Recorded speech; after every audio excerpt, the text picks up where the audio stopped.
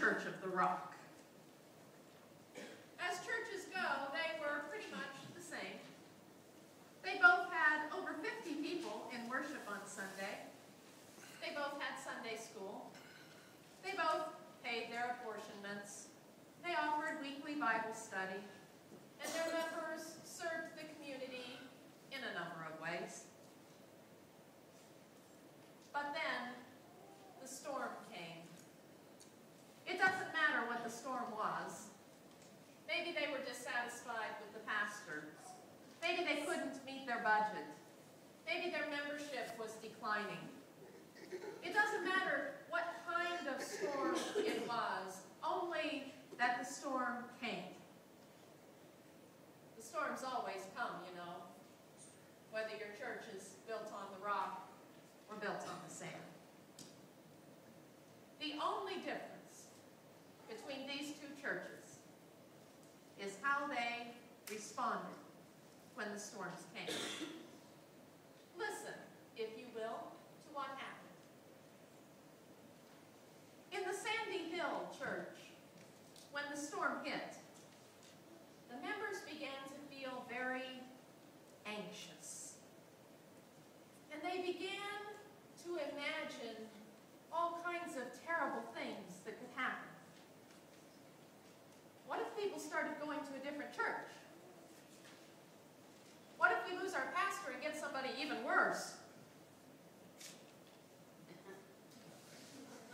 It's okay to laugh.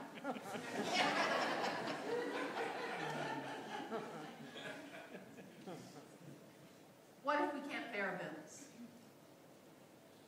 And the pastor, sensing this high anxiety within the congregation, encouraged the people to pray. But many of the people felt that prayer just wasn't enough. The truth is, they didn't trust God to hear their prayers. And they weren't sure God was able to save their church. The people in the Sandy Hill congregation had lost their faith. But we have to have faith in something.